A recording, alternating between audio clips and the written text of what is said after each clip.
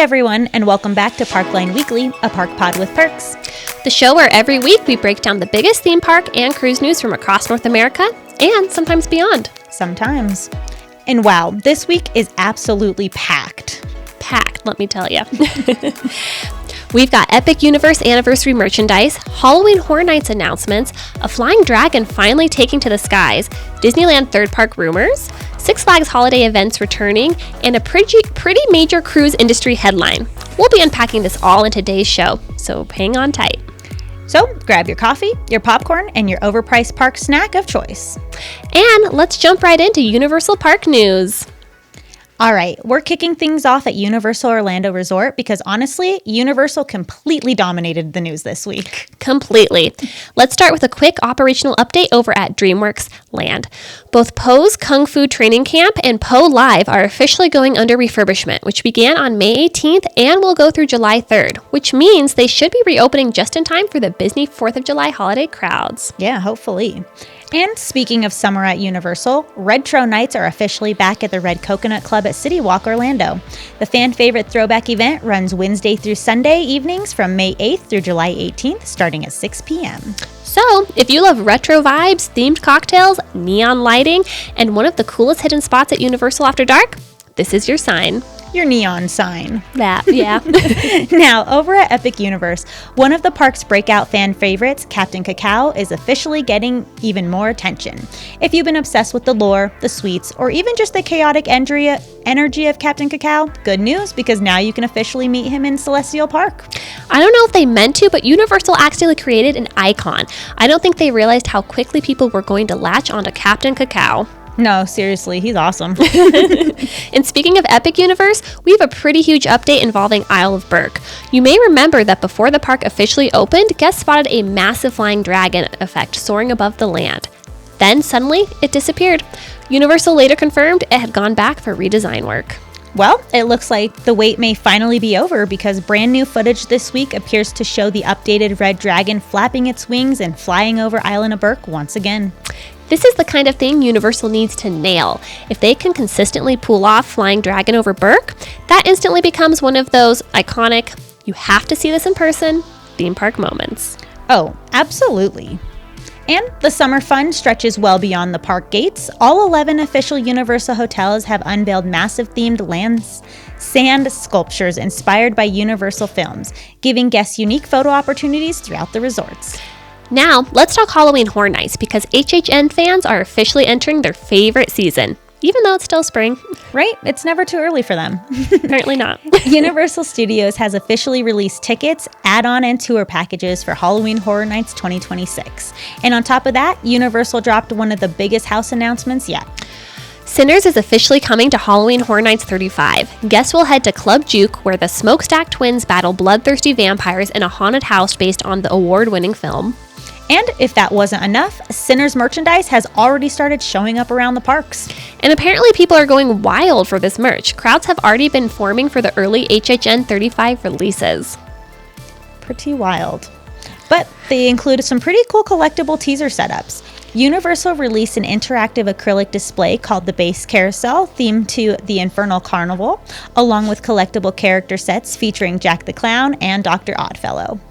Now, speaking of money at Universal, the first ever Epic Universe Anniversary merchandise collection officially launched on May 22nd, celebrating 1 full year since the park opened. Crazy, it's been that long already. Can you believe it? It's been... And we haven't even been yet. Gotta make our way. And the collection sounds kind of amazing. There's a Kronos Spirit jersey, a premium Kronos statue with collectible world coins, an Epic Universe soundtrack vinyl, and a brand new Captain Cacao merchandise line, and even a custom lug crossbody bag. And every land is getting something too. Super Nintendo World is releasing a limited edition gold power-up band. Wizarding World Ministry of Magic is getting new illuminated interactive wands for characters like Voldemort, Sirius Black, and Luna Lovegood. How to Train Your Dragon Isle of Berk is launching toothless loungefly bags and dragon egg plushies, and Dark Universe fans can look forward to a Frankenstein Manor loungefly later this summer. My wallet is already crying. Same, girl. Same. Want them all. And one final Universal update. If you're planning around opening weekend for the Universal Mega Movie Parade, there has been a slight delay. slight. The parade has quietly shifted from a start date of May 23rd to June 5th. Not a huge delay, but definitely worth noting if you're planning to go to Orlando on a trip soon. Definitely. And that wraps up a very, very stacked week for Universal. But now let's head over to Disney Parks because there's also no shortage of headlines over there either. No. We're starting over at Disneyland Resort, where spooky season fans can officially start planning ahead. Disney has announced the on-sale dates for Oogie Boogie Bash tickets for 2026, which means one thing.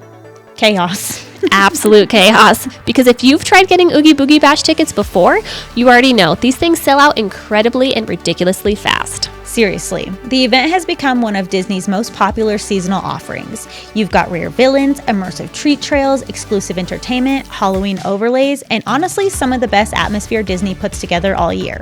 So, if this is on your 2026 Disneyland bucket list, definitely start planning now. Don't wait. Or yesterday. Yeah. Actually, they're already sold out. Riding on over to Walt Disney World, we've got some pretty major leadership news this week. Jeff Valle, the current president of Walt Disney World Resort, announced he will be retiring this July. And this really marks the end of a pretty major Disney era. Jeff began his Disney career back in 1990, meaning that he'll be leaving after an incredible 36 years with the company. That is literally our entire lives. Plus a couple years. Plus a few. I did your baby. He worked through multiple divisions, including Disney Cruise Line, Adventures by Disney, and of course, Disney Parks, where he originally started at Magic Kingdom. Definitely crazy that he'll be leaving, but I'm curious to see what they'll be doing next for that president of Walt Disney World Resorts role. So, let's now talk about a Disney story that truly surprised me a bit. Did you know that Disneyland was fined over the Autopia cars? Get this. According to reports, Disneyland had to pay a $56,250 fine to the California Air Resource Board after the attraction's specialty designed Honda-powered vehicles were reportedly operating without certified emission controls. State officials said that the lawnmower-style engines went against the California strict rules for small off-road engines.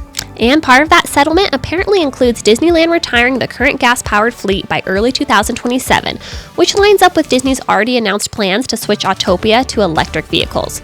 So now we know the real reason behind why they're switching to electric. Yeah, they don't have a choice. The age-old question, is it gay to drive an electric car? There's always an underlying motive. Now, let's move into what might be the biggest Disneyland rumor of the week. Could Disneyland be preparing for a third theme park? Okay, before anyone loses their minds, it is still rumor territory. But permit activity tied to the Toy Story parking lot area near Harbor and Catella has sparked major speculation online. And what really has fans talking is the size of the land involved. Apparently, the footprint is comparable to the land that was originally used to build Disneyland or Disney California Adventure. Now, to be fair, that doesn't automatically mean third gate. This could also mean hotels, shopping, expanded resort infrastructure, or a new entertainment district. That is true. And honestly, Disneyland getting a third gate would completely change the game. But again, nothing has been confirmed. But we can hope and dream. Yes, fingers crossed. Now, over at EPCOT, guests are getting another look at the updated Soarin' Across America ride film. And early reactions are actually pretty positive. Especially the brand new opening scene featuring an Artemis rocket launch from Florida, which transitions guests into the dome as they lift into the air, which sounds pretty awesome. Sounds spectacular. And a lot of fans are saying this version actually feels more emotional and cohesive than Soarin' Around the World. Though, some people have pointed out the ending feels a little abrupt, especially when it transitions from Los Angeles directly into the EPCOT finale sequence. I could see where that would be kind of a bummer. Yeah. Still, though, I'll take the classic Soarin' vibes any day. Any day. And that wraps up Disney Parks news for this week. But don't go anywhere, because next, we're going to cover everything happening across the rest of the theme park and amusement park world. Still lots to come. All right, kicking things off in Orlando at SeaWorld. New aerial photos from BioReconstruct have surfaced showing construction progress on the upcoming SeaQuest Dark Ride building. Details are still pretty limited right now, but construction definitely appears to be moving along nicely. This one I'm very curious about. SeaWorld has spent years leaning heavily into coasters, so seeing them potentially invest more into immersive dark rides feels like a really smart move, for obvious reasons. Obvious. Now over at Six Flags, there's actually some really exciting news for winter holiday event fans. Holiday in the Park is officially returning to both Six Flags Over Georgia and Six Flags Great Adventure after being canceled last season. And according to Six Flags, this won't just be a copy and paste comeback. The events are supposedly being completely redesigned from the ground up with new themed lands, live entertainment, and more family-friendly offerings. And Six Flags say this is expected to become a multi-year investment, meaning the event could continue evolving over the next few seasons. That would be nice. Yeah, definitely. Now, let's head to Dallas, where Peppa Pig theme park is preparing for a busy summer lineup. Starting June 5th, guests will officially be able to meet Miss Rabbit alongside a whole summer calendar of events, including Bubble-Palooza, Daddy Pig's Magic Days, Peppa's Music and Arts Festival, and Peppa's Storybook Celebration. That sounds adorable if you've got little ones, too. Very cute. Very excited for Daddy's Magic Show.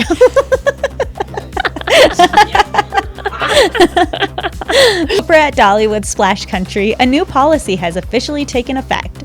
As of May 16th, the water park officially went cashless, meaning all purchases must be made using a credit card, debit card, Apple Pay, or Google Pay. Anything but cash. Hopefully you understand now. Shifting gears, let's talk roller coasters. Kentucky Kingdom's newest coaster, Flying Fox, officially opens May 28th. This family-friendly coaster carries a fun crop duster theme centered plot around pilot Jeb Fox and marks the park's 6th coaster overall. Early buzz suggests this could be a huge hit for younger thrill seekers heading into summer. Meanwhile, at Cedar Point, the Millennium Force seatbelt saga continues. Ever since the Ohio amusement park opened for its 2026 season on May 9th, roller coaster enthusiasts have been furious over a sudden, drastic change to the park's iconic giga coaster, Millennium Force. Longtime riders noticed that the seatbelts on the coaster felt incredibly tight. Park spokesperson Tony Clark confirmed the current shorter seatbelts were apparently supplied directly by Intamin and were reportedly shorter than manufactured specifications. Cedar Point says replacement belts are being worked on, but there's still no exact timeline for installation. But you're not going anywhere. And finally, for the adults looking to escape coaster chaos for a little bit, Lagoon Amusement Park has debuted 2 brand new 21+ social clubs inside the atrium. They're called Carousel Club and Flirty Birdie, offering cocktails, mocktails, and air-conditioned lounges for adults with a $10 cover charge to enter. And honestly, air conditioning alone might be worth that $10. Facts. But now we've got one final segment to get to, and this week's cruise line story is a serious one. Yes, it is. According to U.S. Customs and Border Protection, known as CBP, officers boarded 8 different cruise line ships between April 23rd and April 27th as part of an ongoing investigation involving child sexual exploitation material. According to statements released this week, authorities interviewed 28 crew members, not cruise members, during the investigation. CBP says 27 of those 28 individuals were determined to have been involved in either the possession, receipt, transportation, distribution, or viewing of illegal exploitative material. Officials stated that the crew members had their U.S. visas revoked and they were deported to their home countries. At this time, officials also have not clarified whether any of the individuals could face additional prosecution within the United States. Obviously, this is a deeply disturbing story and not the kind of headline anyone wants to hear connected to the cruise industry. But we decided to include it because it's an important developing story that directly impacts cruise operations and passenger trust. And it's also worth noting that this appears to have been a part of an active law enforcement effort specifically aimed at identifying and removing offenders from cruise ship operations. So they really are trying to keep it safe. We appreciate that, definitely. We sure do. That's going to do it for this week's episode of Parkline Weekly. If you enjoyed today's episode, be sure to subscribe, follow, and leave a review wherever you get your podcast. It really helps support the show, so please do so. Yeah, and we appreciate that. Always.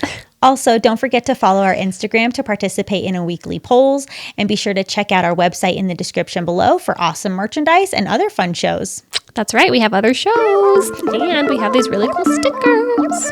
Hot off the press. And make sure to follow along for more park updates, breaking news, and behind-the-scenes fun throughout the week. And we'll see you next time on Parkline Weekly, a park pod with Berks. You can't hide it.